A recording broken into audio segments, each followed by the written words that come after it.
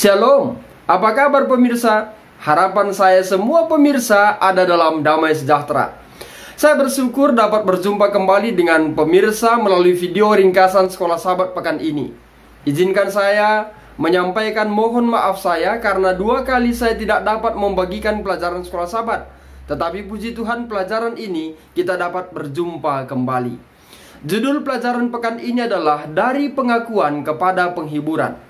Ayat hafalan Daniel 9 ayat 19 firman Tuhan. Ya Tuhan, dengarlah. Ya Tuhan, ampunilah. Ya Tuhan, perhatikanlah. Dan bertindaklah dengan tidak bertangguh.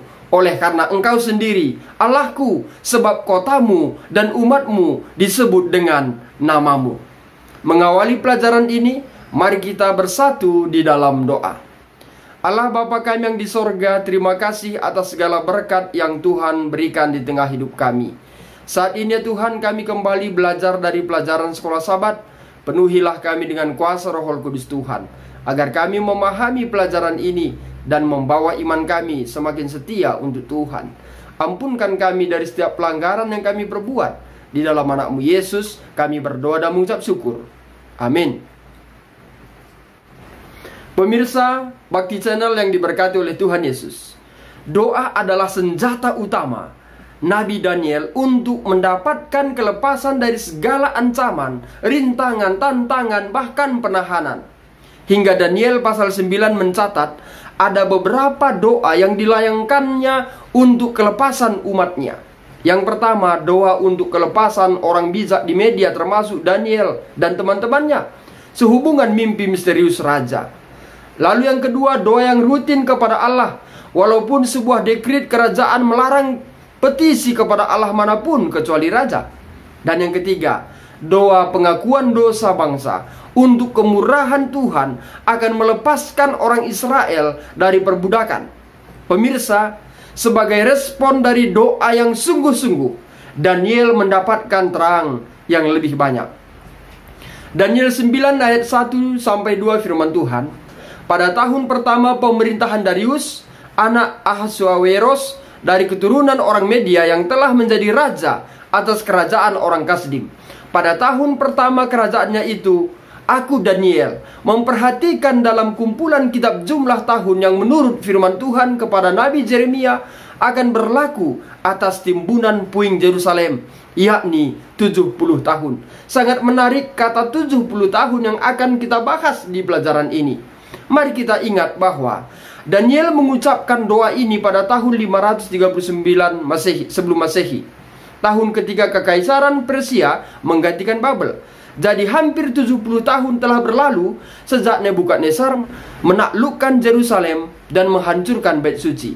Dengan mempercayai firman Allah, Daniel tahu bahwa sesuatu yang penting akan terjadi pada bangsanya, dan bahwa pengasingan di Babel akan segera berakhir dan orang-orang Yahudi akan kembali ke rumah mereka seperti yang dijanjikan Allah dalam firman-Nya. Ketika kita mendekati hari-hari terakhir sejarah dunia ini, kita perlu untuk belajar dan hidup sesuai dengan firman Allah lebih dari sebelumnya. Mengapa?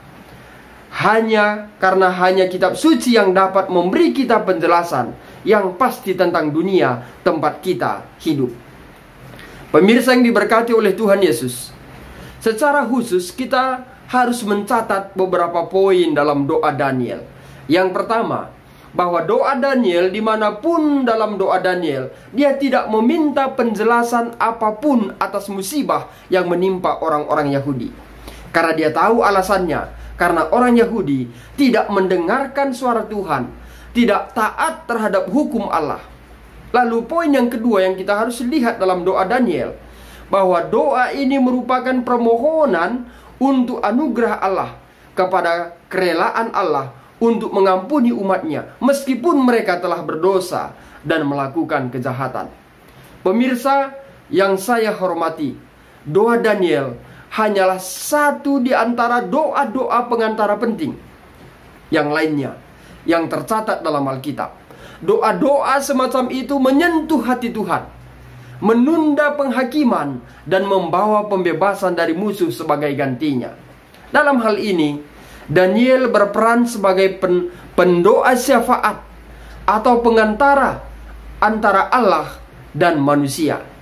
Doa pengantaran Daniel membahas dua masalah utama. Yang pertama, dosa-dosa orang Yahudi, dan yang kedua, kehancuran Yerusalem. Pemirsa Bakti Channel, ketika kita berdoa untuk anggota keluarga, teman, dan orang atau untuk situasi manapun, Tuhan mendengar doa kita dan dapat turut campur tangan. Terkadang butuh waktu lebih lama sampai doa dijawab, tetapi kita dapat yakin bahwa Allah tidak pernah melupakan kebutuhan anak-anaknya.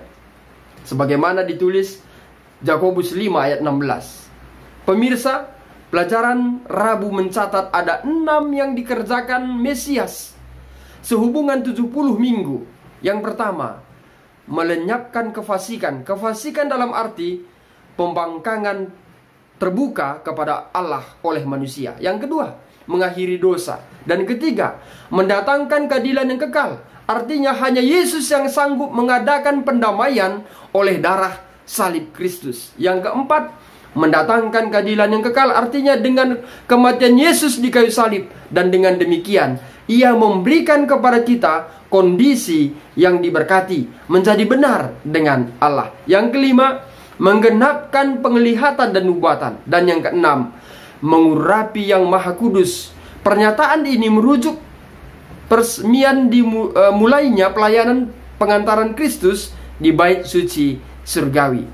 Pemirsa Bakti Channel yang diberkati oleh Tuhan Yesus, pada akhir penglihatan tentang 2300 petang dan pagi, Nabi itu heran karena dia tidak dapat memahaminya. Daniel 8 ayat 27. 10 tahun kemudian, Gabriel datang untuk membantu Daniel untuk memahami penglihatan itu. Bisa baca ayat 23. Wahyu yang terakhir ini memberikan informasi yang hilang dan mengungkapkan bahwa pekerjaan Mesias harus diselesaikan menjelang akhir periode 70 minggu.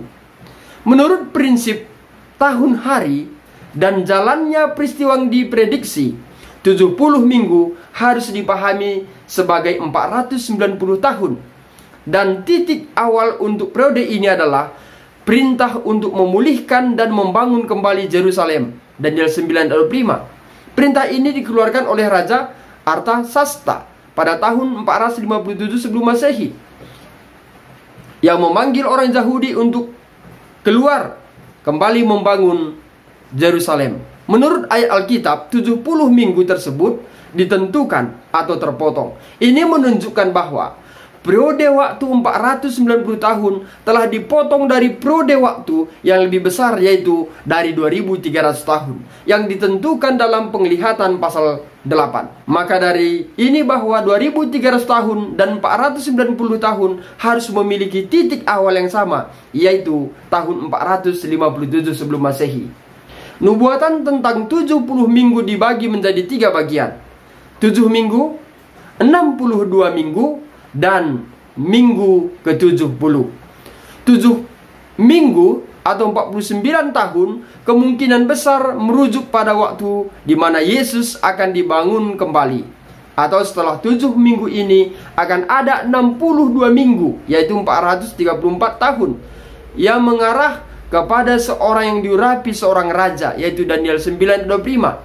Jadi 483 tahun setelah dekrit Artasasta, yaitu pada tahun 27 Masehi, Yesus yang adalah Mesias dibaptis dan diurapi oleh Roh Kudus untuk misi mesianisnya.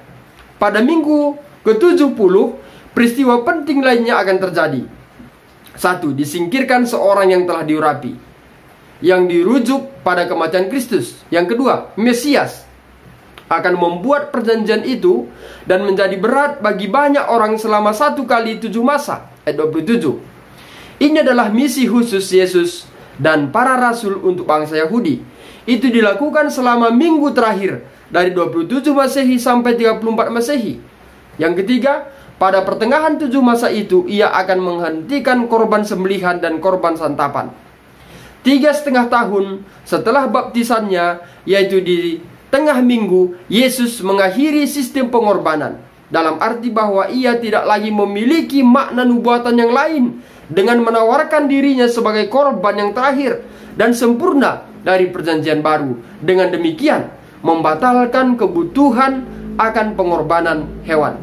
Minggu terakhir dari nubuatan 70 minggu berakhir pada 34 Masehi, ketika Stefanus mati syahid dan pekabaran Injil mulai menjangkau tidak hanya orang-orang Yahudi, tapi juga orang-orang bukan Yahudi. Demikianlah pelajaran kita. Kiranya Tuhan memberkati. Kita tutup dengan doa. Bapa di sorga, kami sudah belajar dari pelajaran yang ke-10. Kiranya dengan ini ya Tuhan, kami dapat memahami akan masa yang Tuhan telah tentukan melalui kitab Daniel. Kiranya iman kami semakin berpengharapan hanya untuk Yesus. Dalam nama-Mu Yesus kami berdoa. Amin.